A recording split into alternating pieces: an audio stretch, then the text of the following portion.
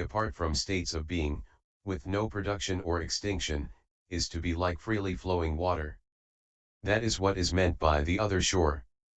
Therefore it is called Paramitha. Commentary. To reach the other shore is to be separated from birth and death. This shore is birth and death, the other shore is nirvana. To go from this shore to the other, you must cross the great sea of afflictions. Because there are afflictions, there is also birth, death, and nirvana. If you have no afflictions, then birth and death are nirvana, and nirvana is birth and death. Birth, death, and nirvana are nothing more than names. The absence of birth and death is nirvana. If you have no afflictions, then in the midst of birth and death you have no birth and death. We are born and we die because of affliction. This is very important and you should all remember it. Birth and death exist because of afflictions, affliction exists because of ignorance, and ignorance is simply whatever you don't understand. What don't you understand? What do you understand? Knowing you do not understand is ignorance. Knowing you do understand is prajna. There is just that small difference. When one is attached to states of being, production and extinction arise like waves on water. What is meant by the other shore? What is nirvana? Nirvana is like water without waves. When the wind rises, the waves swell. The wind of ignorance, the waves of affliction are this shore. To be apart from states, with no production or extinction, is to be like freely flowing water. The principle is clear, the nature is like water, the water of wisdom. When there are no waves, there is no birth and death. We should work hard to understand why our minds have so many extraneous thoughts. These thoughts are like so many waves. Without them there would be no production or extinction, no birth or death. With production and extinction you are on this shore, but if you separate yourself from production and extinction you are like freely flowing water, permeating the universe with wisdom. That is what is meant by the other shore. That section of text is very useful. Use a little effort and you will understand it and derive from it inexhaustible benefit. Sutra. Good knowing advisors, deluded people recite with their mouths, but while they recite they live in falsehood and in error. When there is practice in every thought, that is the true nature. You should understand this dharma, which is the prajna dharma, and cultivate this conduct, which is the prajna conduct. Not to cultivate is to be a common person, but in a single thought of cultivation, you are equal to the Buddhas. Commentary. In each thought, avoid doing stupid things. If you understand this dharma, you realize that prajna is to refrain from stupidity. What is stupidity? Doing what you absolutely should not do. Most important is the matter of sexual desire. You absolutely should not give rise to sexual desire, for when it arises you get confused and forget everything. You forget prajna, you forget paramitha. At that time you cannot even recite their names. You become involved in it and no longer pay attention to principle. Although it is the stupidest thing one can do, people still like to do it. They want to be stupid instead of wanting to cultivate the prajna dharma. If you want to cultivate and practice prajna for even a single thought, you must cut off desire and cast out love. The absence of sexual desire is the practice of prajna, and in a single thought of cultivation, you are equal to the Buddhas. Sutra. Good knowing advisors, common people are Buddhas and affliction is bodhi. Past thoughts deluded are the thoughts of a common person. Future thoughts enlightened are the thoughts of a Buddha. Past thoughts attached to states of being are afflictions, and future thoughts separate from states of being are bodhi. Commentary. Where does the Buddha come from? He starts out as a common person. Yes, the Buddha was a common person who cultivated and eventually achieved Buddhahood. Why are we common people? Simply because we do not cultivate the prajna dharma. Our nature flows out and becomes emotion, our emotions flow out and become desire. Common people are that way. but the returning of desire to one's own nature, so that one is unmoved by ignorance, that is the Buddha. Affliction is bodhi. Without affliction there is no bodhi. So you say, then I will not get rid of my afflictions. I will keep them. If you keep them, they are still afflictions, and afflictions are just afflictions. You should use a scientific method to temper your afflictions. How? Actually, this change is no change, it is merely a returning to your original nature. My hand, for example, has a palm and a back to it. The back of the hand represents affliction and the palm represents bodhi. All you need to do is flip it over and everything is all right. There is no addition or subtraction required. Just turn it over. If you do not turn it over, you are off by just that margin, and affliction is affliction and bodhi is bodhi. But as soon as you turn it around, affliction is bodhi and birth and death is nirvana. I have often spoken of this. At Berkeley I said, affliction is bodhi, ice is water. Birth and death and nirvana are empty dharmas. If you understand, then dharmas are also empty. If you do not understand, then there are still dharmas. You should understand that people and dharmas are both empty.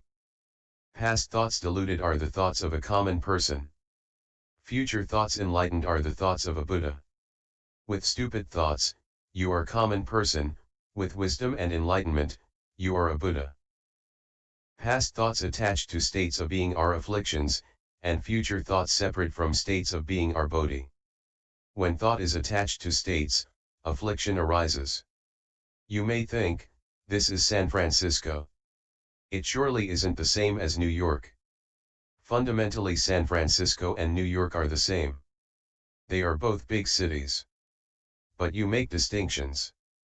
In San Francisco, you say, there is no snow, but New York has lots of snow. This is just the discriminating mind. Basically the two cities are the same. If you are unattached to states of being, you will not have so much affliction. If you do not use your discriminating mind, there is no affliction. Past thoughts, which were attached to states, discriminated between San Francisco and New York, and therefore affliction arose. A later thought, which is unattached, makes you say, they are empty. San Francisco and New York are the same. Why bother to discriminate one from the other? If you do not discriminate, that is bodhi. It is easy to speak that way, but putting down all discrimination is another matter. That is difficult. When you understand that kind of state, there is no home and no country.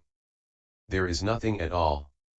This is to produce that thought which is nowhere supported. It is also to produce that body which is nowhere supported. Not dwelling anywhere, you can manifest a body that can go everywhere. Is this not wonderful Dharma? It is nothing less than bodhi. There's no need to sigh. If you can be enlightened, then you are enlightened. If you can't be yet, then slowly, slowly, you can be. Nature in samadhi, demons defeated. Everyday happiness. False thought not arising. Everywhere peace. When your mind is in samadhi, there is not so much false thinking. Every day you are happy and at peace. Why are you unhappy now? Because of false thoughts. Without false thoughts, every place is the land of ultimate bliss 33, and you can produce that body which is nowhere supported. Sutra. Good knowing advisors, Prajna is the most honored, the most supreme, the foremost. It does not stay, it does not come or go. All Buddhas of the three periods of time emerge from it. You should use great wisdom to destroy affliction, defilement, and the 5 scant heaps. With such cultivation as that you will certainly realize the Buddha way, transforming the 3 poisons into morality, concentration, and wisdom. Commentary. The great master again addressed the assembly, saying, in the self-nature of each of you there is limitless wisdom. Mahaprajnaparamita is originally fully present within your self-nature. You need not seek it outside. It does not stay, it does not come or go. The Prajna wisdom of your self-nature is unattached. All Buddhas of the three periods of time, the past, present and future, issue from Mahaprajna. Paramitha, the highest, most supreme, most honored, number one Dharma. You should use this great wisdom, not small wisdom, to destroy affliction, defilement, and the five scant heaps of form, feelings, perceptions, impulses and consciousness. Without prajna you cannot see that the five heaps are empty, and therefore you have affliction and are unable to cut off defilement. If you wish to have genuine prajna, you must illumine and view the five skandhas all as empty, as Avalokiteshvara did when deeply practicing the Prajnaparamita. Avalokiteshvara Bodhisattva worked a long time practicing the deep Prajnaparamita. He could not, in just a short time, illumine and view the five heaps as empty. If you practice the deep Prajnaparamita, you can see the five heaps in this way, and when you destroy all affliction and attachment to sense objects, the original prajna nature manifests itself. With such cultivation as that, you will certainly realize the Buddha way, transforming the three poisons into morality, concentration, and wisdom. There is no doubt that you will realize the way, turning greed, hatred, and stupidity into morality, concentration, and wisdom. Let's see whether or not you can change. If you change, you will dwell in prajna. If you do not change, you will wander among the deluded. Sutra. Good knowing advisors, my Dharma door 34. Produces 84,00035 wisdoms from the one. Prajna. Why? Because worldly people have 84,000 kinds of defilement. In the absence of defilement, wisdom is always present, since it is not separate from the self-nature. Understand that this Dharma is just no thought, no remembrance, non-attachment, and the non-production of falsehood and error. Use your own true suchness nature, and, by means of wisdom, contemplate and illuminate all dharmas without grasping or rejecting them. That is to see one's own nature and realize the Buddha way. Good knowing advisors, if you wish to enter the extremely deep Dharma realm and the Prajna Samadhi, you must cultivate the practice of prajna. Hold and recite the Diamond Prajna Sutra, and that way you will see your own nature. Commentary. The sixth patriarch said, from one kind of wisdom, measureless prajnas are produced. These 84,000 kinds of wisdom are just 84,000 kinds of prajna. If you change the defilement of external objects, it becomes wisdom. Do not use your discriminating consciousness to contemplate and illuminate all dharmas. Use wisdom.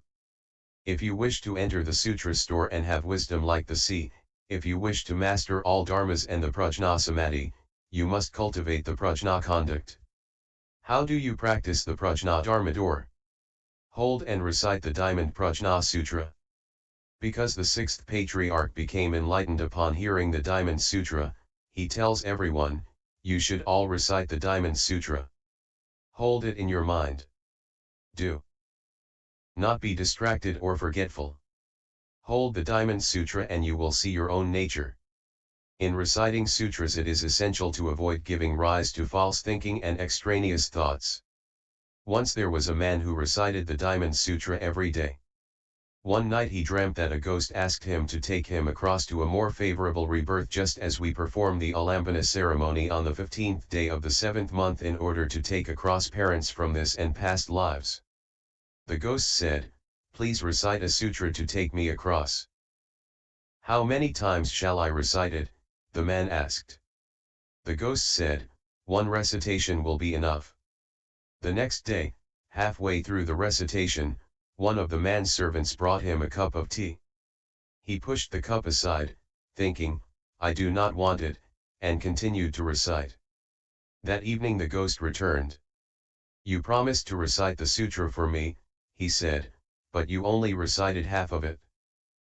What do you mean? The man replied, I recited the whole sutra. The ghost said, you recited the whole sutra, but halfway through you thought, I do not want it, so the merit from the second half of the recitation was lost. The man then realized what happened. Yes, he replied, I did think, do not want, but it was I did not want, not the sutra's merit. It took only these words I do not want halfway through the recitation to convince the ghosts and spirits that he did not want the merit. Probably the ghosts took the merit for themselves. The man said, I will recite it again. This time he recited without interruption, and the next evening the ghost happily bowed to him in thanks for the compassionate recitation. So when you recite the Diamond Sutra, do not think, I do not want. Reciting Subhuti 36, Subhuti, I don't want Subhuti, Subhuti will probably run away. Sutra. You should know that the merit and virtue of this sutra is immeasurable, unbounded, and indescribable, as the sutra text itself clearly states. This Dharmador is the superior vehicle, taught for people of great wisdom and superior faculties. When people of limited faculties and wisdom hear it, their minds give rise to doubt. Why is that? Take for example the rain which the heavenly dragons shower on Jambudvipa 37. Cities and villages drift about in the flood like thorns and leaves. But if the rain falls on the great sea, its waters neither increase nor decrease. If people of the great vehicle, the most superior vehicle, hear the Diamond Sutra, their minds open up, awaken, and understand. They then know that their original nature itself possesses the wisdom of Prajna. Because they themselves use this wisdom constantly to